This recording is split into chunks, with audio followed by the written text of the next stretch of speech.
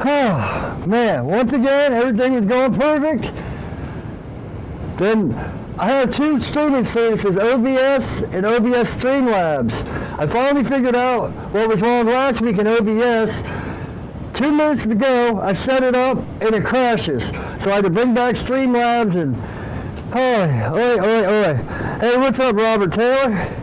I can't hear anything. I don't have my earphones because I bought a second laptop, my old laptop, because I thought that might be what was causing the glitch and the playback and all that and the echo.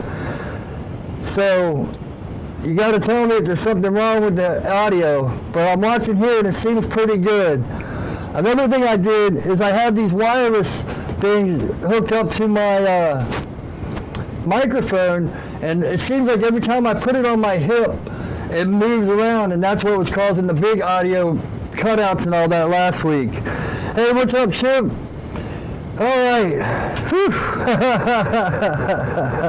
Sounds good? Thanks. Really appreciate that. All right. Oh, man. I have been busting my butt this week. I got Heath knife done. Bam. My logo on it. Everything. You can't see my logos because I always hide them. It's actually right there. But I don't think we can see it. Can we see it? Let's see if we can see it in this one. You can kind of see it right there. So I always kind of hide my logos. But man, yeah, this one came out real nice. That's going off to Heath. And Chip, you asked about the stone, the rock pattern. You wanted to see it up close. So, let's see if we can get to catch the light. Yeah, there we go. Yeah, man. I've never done it on AEBL steel, but it's just about the same as doing it on handles. And then I've been working on this one all morning, all the last couple of days, getting this sharpened up. I actually had to hint to Chris. Chris says, it's like, man, I have a feeling you haven't been watching my videos lately. But he said he was real busy. But there's Firekeeper Forge's logo. It's hard to look in the mirror, or in the camera and do this. And then my logo, once again, is up here, but hidden in the shadows, lurking in the shadows. Yeah, man. Try not to get any fingerprints, so. Whew. So I've been trying this, I don't know if you guys like to watch other YouTube and stuff like that, but there's this guy, Casey Neistat, which, if you watch YouTube, I'm sure you know who Casey Neistat is, even if you don't watch him. But he does this crazy regiment where he gets up at like 5 a.m. because his whole theory is between 5 a.m. and like 8 a.m. you can get a whole bunch of work done. You know, you just got to get up and all that. So I've been waking up at like 5 a.m. and getting started, making some music, and I've actually found it. Oh, thanks, Chip. I've actually found it productive because I can wake up at like 5, maybe 6, drink those energy drinks and some Mountain Dew, and get on with my day. And that way I can get some editing done, or get my photos done, or anything like that. Get some music, and then I can get on to some knife making. And by like 9 or 10 o'clock, you've been working for 4 or 5 hours, which really has been helping me. By the end of the day, you're really worn out and tired, but man. Now, if you watch Casey, he runs like 10 miles a day too, but I'm going to leave that part out. I don't run and I don't exercise. I have enough trouble just standing in the shop for 8 hours. Oh, man. Whew. But at least we got the audio working. It was some bug. Somehow it must have hit default or something, so it was timing out and doing like a double take. So, and I still don't know what happened with OBS, but Streamlabs seems to be working pretty good. So That's all. That's all that matters. So last week, I kind of touched on in my last video about losing focus, and man, I was really at a point where I was like chasing numbers and just so focused on building everything up, like making my YouTube, you know, making people interact with my YouTube and getting people to comment and come to these live streams, and what can I do to get people to engage or people to watch and all this stuff, that I was just completely losing focus on making knives. And same with Instagram. I was trying to get my numbers up on Instagram and so caught up on advertising and marketing and all these things that, man, my production was just at an all-time low. And I was getting depressed because I wasn't getting it done. But, you know, that's stuff I've never even dealt with. So I realized I need to step back, refocus on what's important, which is the knife making and the actual content of the video, not how many people watch it. Awesome. Hey, what's up? Riker, is it? You gotta excuse me, I'm a little blind. What's up, Riker? That's awesome. That's one thing I never had was kids. It would have been nice, but just never fell in the cards. I always hung out with I always played around and watched my friends' kids. That way, at the end of the day, they could just go back to my friends or their family or whatever. But excuse me. I got a lot of friends that have kids and stuff, but just never in the cards for me.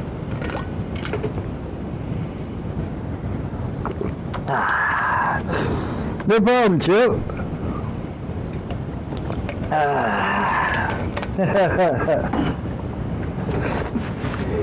Maybe he'll become a knife maker someday, or do some YouTube videos.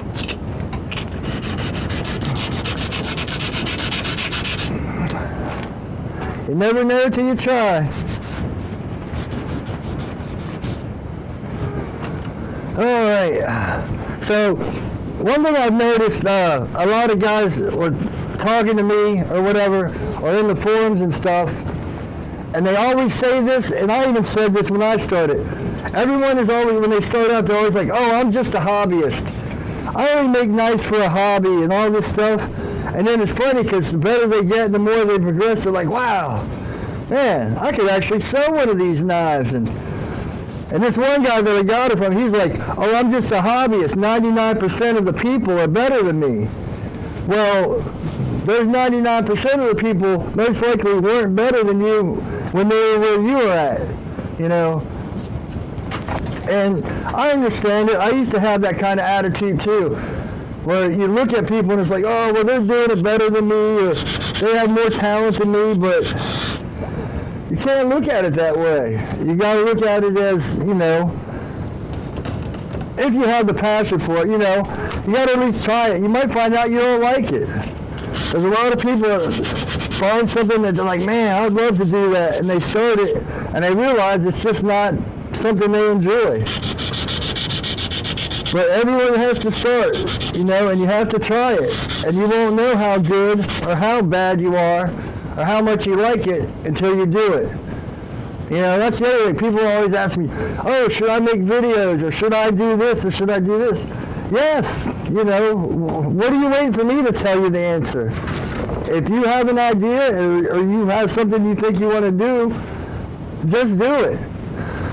Because the thing is, if you don't try it, you've already failed, you know? I think I've talked about this before, though, you know.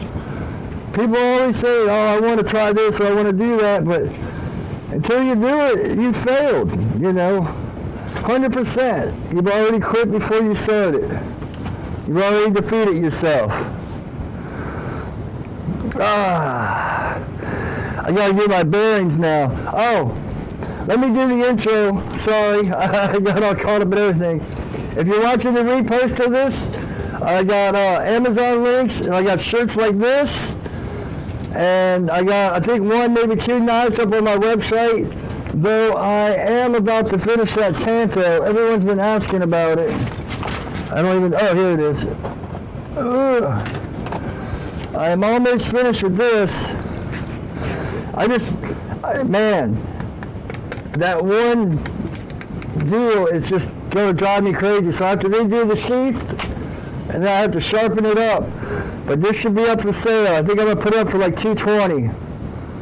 But man, I've had like 5 or 6 people ask me about it. So I'll either get it ordered tonight or tomorrow, have it finished and have it up on the website.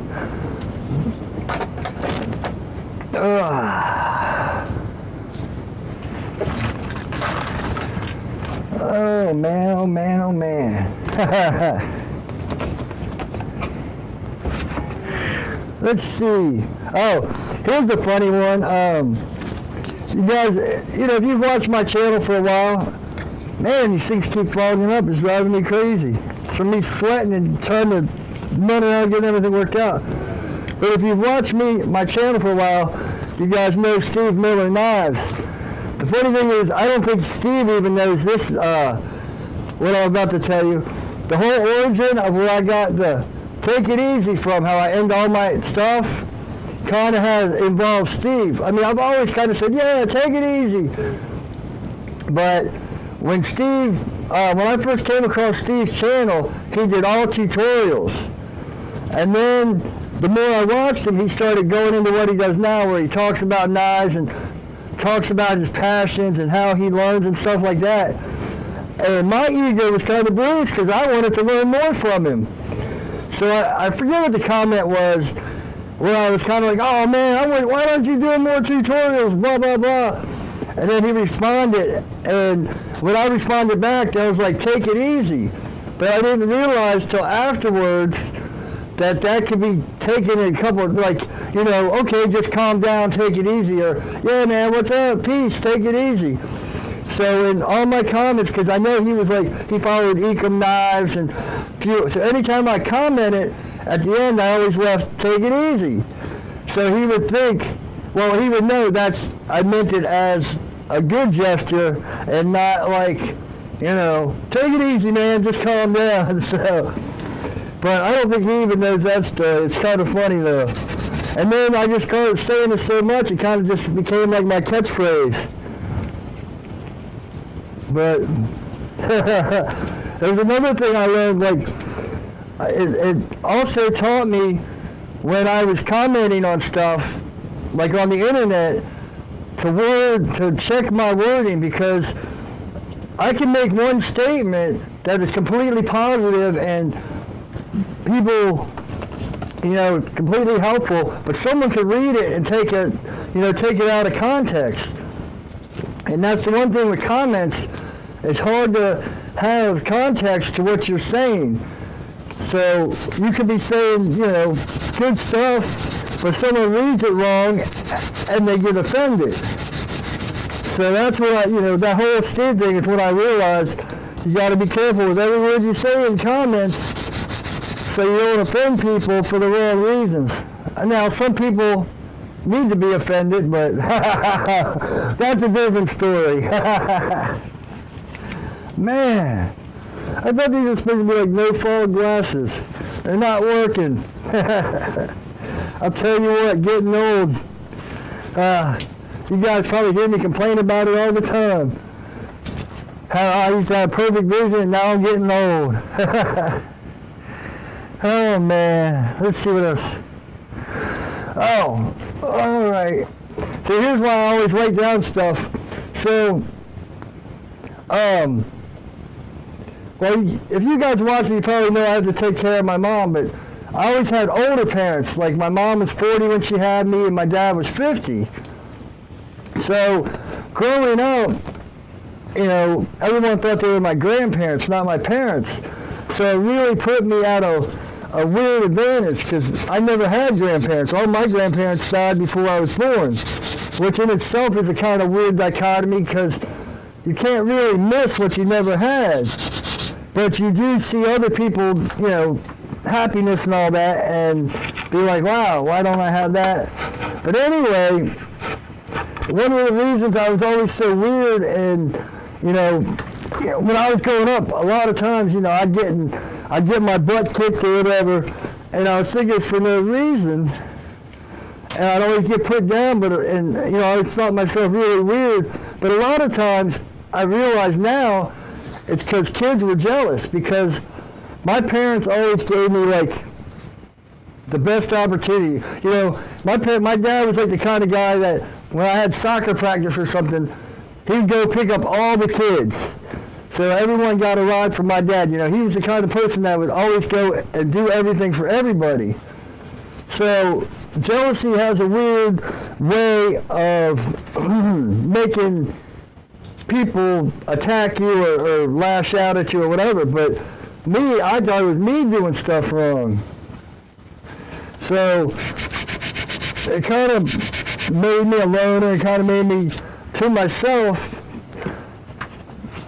Oh, where are we going?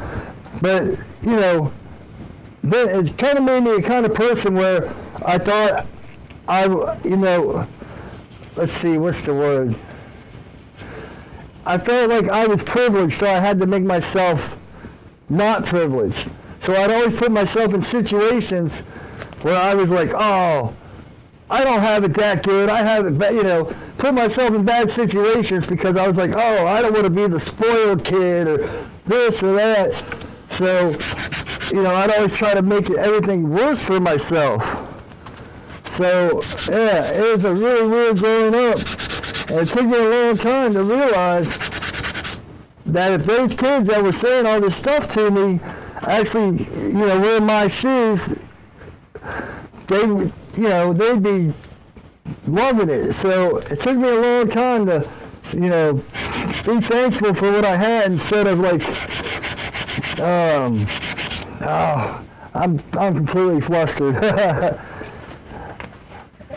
I'd almost be against having everything, because, you know, I got really good grades in school, but I was always a cut-up. You know, I couldn't go into good colleges and all that. My whole family was like, you know, snobby rich people. In fact, I've always said, like, if I wasn't your family, well, other than like my mom and dad, if I was in your family, you'd probably turn your nose up to me because of the way I look with all my piercings and my tattoos and, you know, just the way I am. You can tell that people, so I've always kind of had an appreciation for other stuff because I know how that is. But it didn't have to be that way. I could have taken full advantage of everything. But I didn't. I just made my life harder and harder. But there's lessons learned, and, you know, it makes you a stronger person, and it makes you realize, you know, what's important in life. Big time. I'm trying to go. I had all these awesome ideas and awesome theories, but now I've been working so hard I can't even remember what my whole points were. Oh man, looks like it's going to take me a couple weeks, another week or two to get back in the swing of this. Doing these live streams definitely isn't like riding a bike. If you fall off, you got to relearn all over again. Oh, man.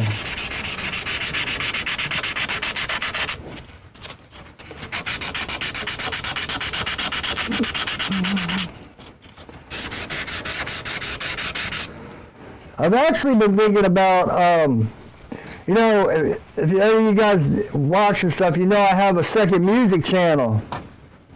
But I've been thinking about turning that into like maybe a creative channel.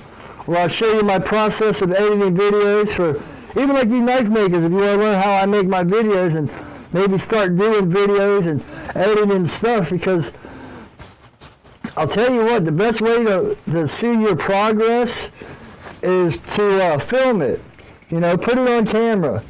Even if you're starting out, even if you just started today making knives, you know, document it. You know, that way, as you're going along, you can see your progression and see how you progress as a knife maker.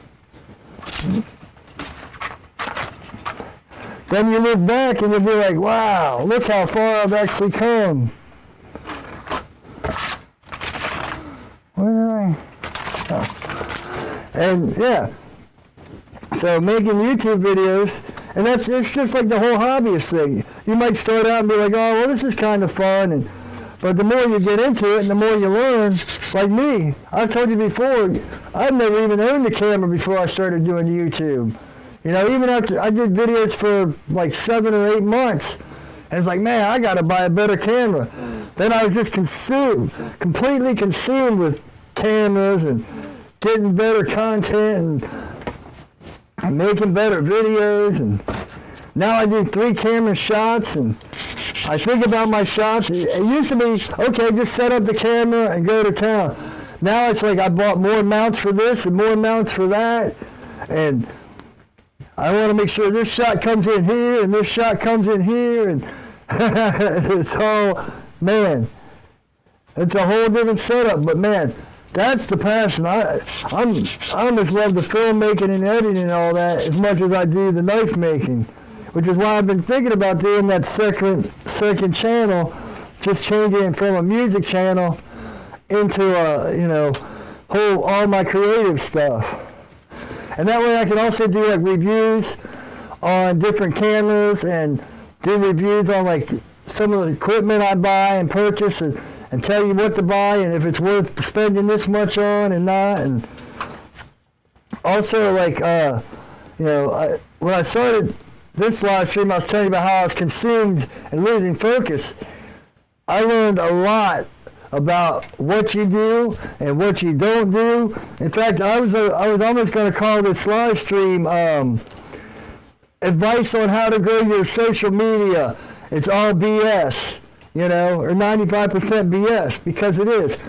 If you're on Instagram or you're on YouTube and you're looking at all these channels that, oh, grow this fast, grow 1,000 subs in this time, grow this, grow that, man, it's 95% garbage. There's a couple guys out there, that have great advice and will really help you, but their advice is always slow and steady.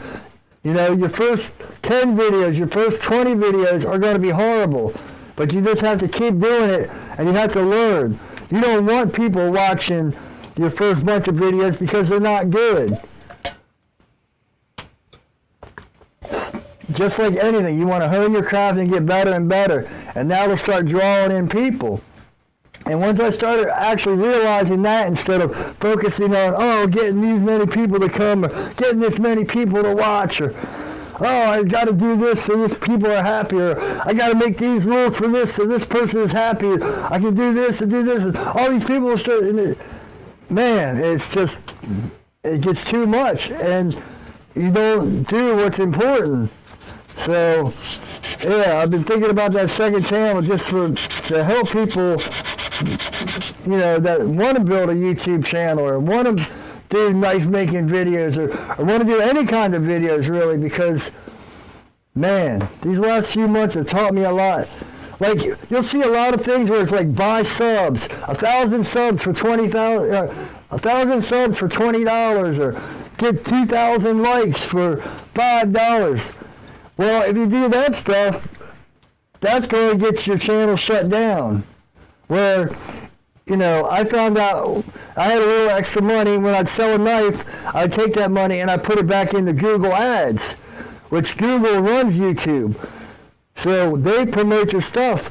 Now the thing is, with knife making and all that, it's kind of hard because, YouTube and Google and all that have, and Facebook really, man, I got so caught up on trying to get my Instagram ads boosted, and they just kept getting disapproved,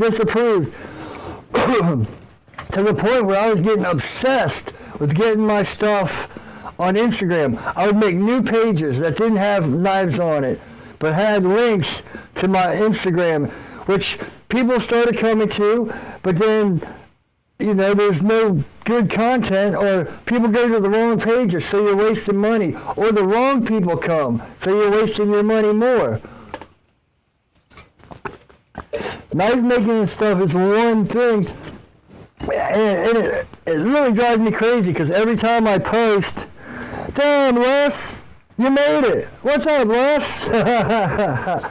So every time I post on Facebook, it says, boost this thing for whatever amount of money, $5 a day, boost this post and you'll get 5,000 people to watch it or interact. And then it's like, I will, but I started making so many pages and trying around so many, that now the Facebook bots, like, if I post this live stream, has nothing to do with knives, nothing that says knives anywhere in the pictures or anything.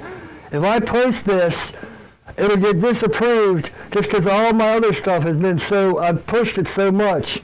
So sometimes I guess persistence doesn't pay off.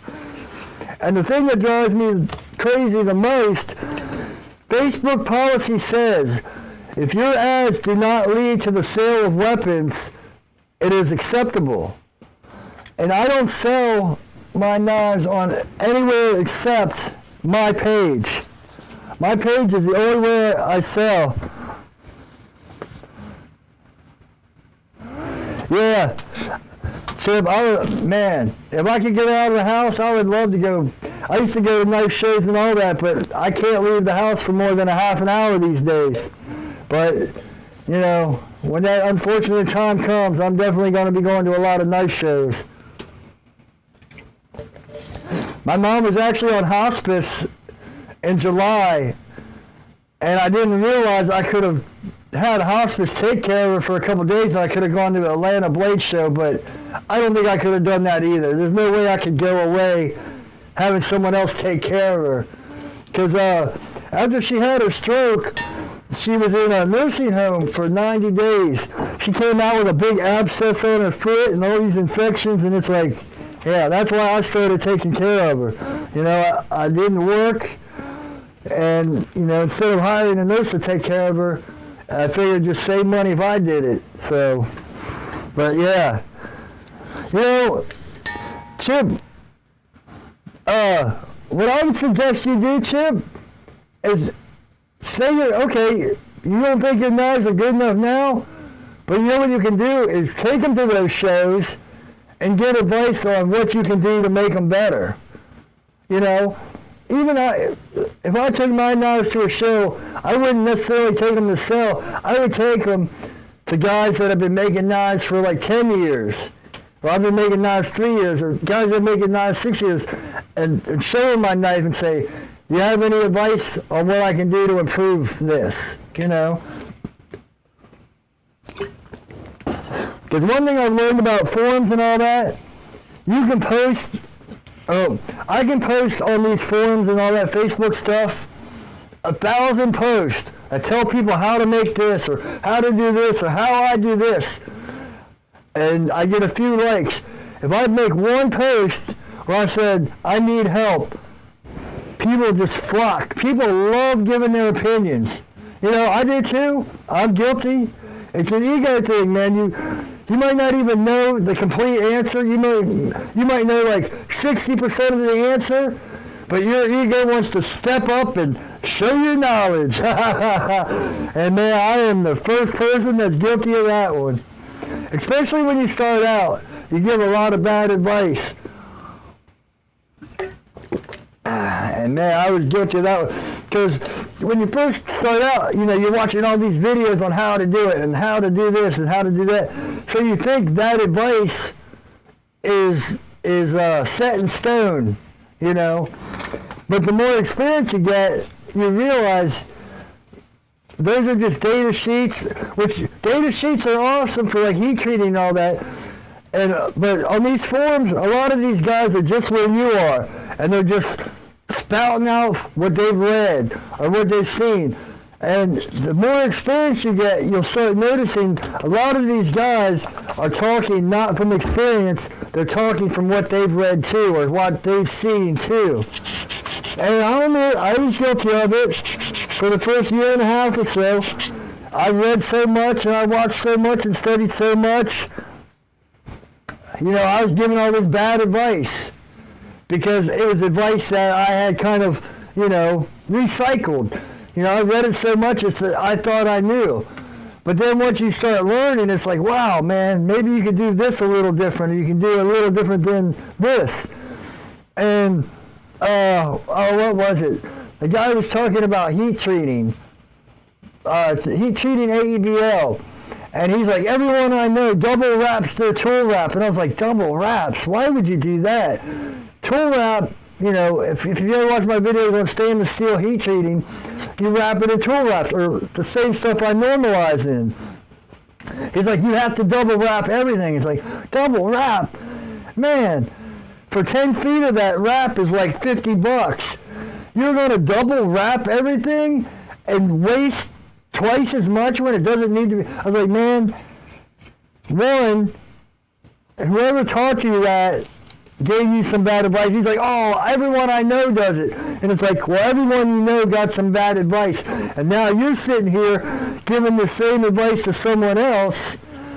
And then he's like, his other thing, the thing that got me, he's like, I don't cryo my blades because my customers don't know how to sharpen them. And if you're watching, if you're the guy that said that and you're watching, I'm sorry, but I have never heard someone that's going to mess with the integrity of their blade because their customers don't know how to sharpen their knives. That's the most insane reason for not doing cryo I've ever heard. Now, you can tell me, oh, I don't believe in cryo, I don't think it works. Man, I've heard all those arguments. I have never heard someone say, I'm not doing cryo because my customers don't know how to sharpen their knives. I'm going to make my blades horrible because my customers don't know how to use them. I'm sorry, but I don't mean to make fun of people, but man.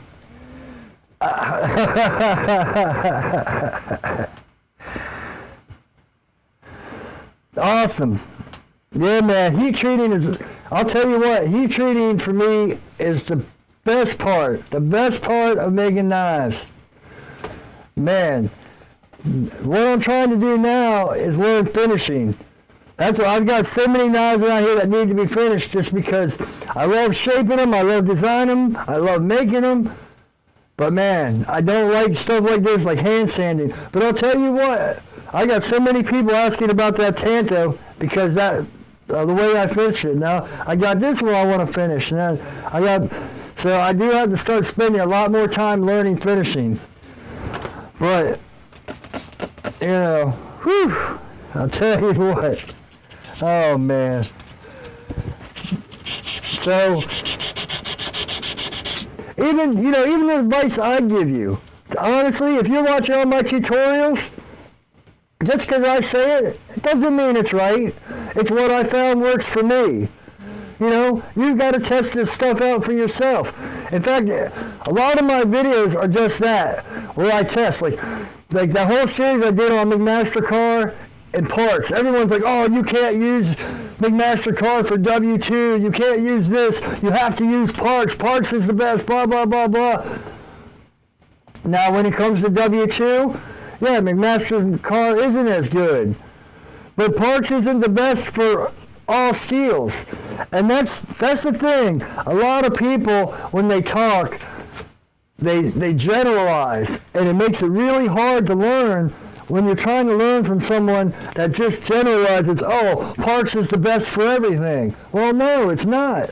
You know, it's a good quench, but it's also very expensive if you don't have an account. So, all these things, you know, stuff you learn from me, stuff you learn from other people, test them out too. You know, get knowledgeable in what you're doing. Because there's a lot of people that are out there that learn bad behavior and they put it off as the right way. So, but that goes for anything. You know, I always hear the keyboard cowboys. I heard that. Guys that, you know, there's so many guys that'll sit there, they won't make one knife, but they'll tell you how it's done because they've read or watched Alice Steele 100 times. And they'll tell you how to do this because they've watched it instead of getting out there and doing it. You know, like I said, I was guilty of doing stuff like that too. It seems to be something when you're first starting out you do. Like you're trying to show, I know, when you don't.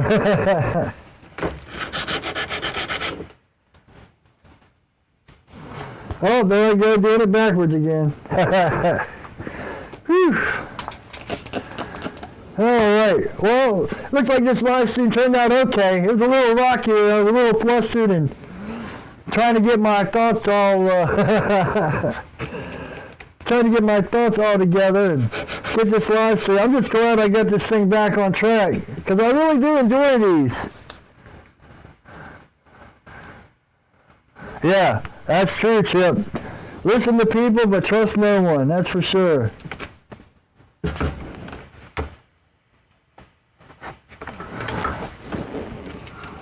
It's kind of like hope for the best, but expect the worst. That's a big one, too.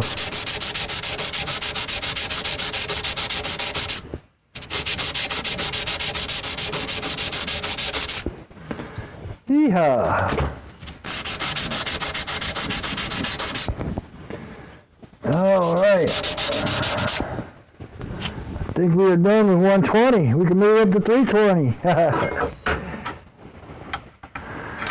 Oh, man.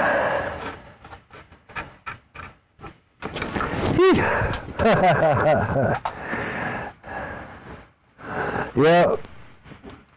Learning from mistakes. So, here's, one thing, when I was in school, I've always been really good at writing, and I've always been really good at stuff like math and stuff, but one thing I'm really horrible at is reading and spelling. Thank God for spell check, because man, my spelling is horrible. But I always got by because I can write. I can, I've tried to write books, all my songs and poetry and all that. But one thing I learned when I was younger, and I always still, if you're reading, say, you're reading paragraphs and stuff, if you hit a word that you don't really know, it'll cause you to daydream. Because I used to be really bad. Like, I'd read a paragraph like 4 or 5 times. And the whole time I'd daydream, and then someone taught me that. It's like, man, if you hit a word you don't necessarily know or it'll throw you off, it'll set your mind, set your mind off locking and off of reading, and you'll start daydreaming. And that's why I was always such a horrible reader. But unfortunately, someone told me that after I got out of school, so it didn't really do me any good. I've always had this theory, like, if someone else can do it, I can do it too. Now, with my arm and stuff, not so much anymore. But I've never been a good person that can sit down with instructions and learn from, like, reading the instructions. But if I have a guy that sits next to me or I turn on a video and I watch it, I can do it. I'm always good at picking up things fast, but I'm not good at reading how to do them. Man. Oh, what's up, man? You napping again? Oh, man. You only get 1 nap per month, man. No, I'm just messing with you. Lost my train of thought again. I know I had to do with school and reading and all that. I was on a tear too. Here's my 320.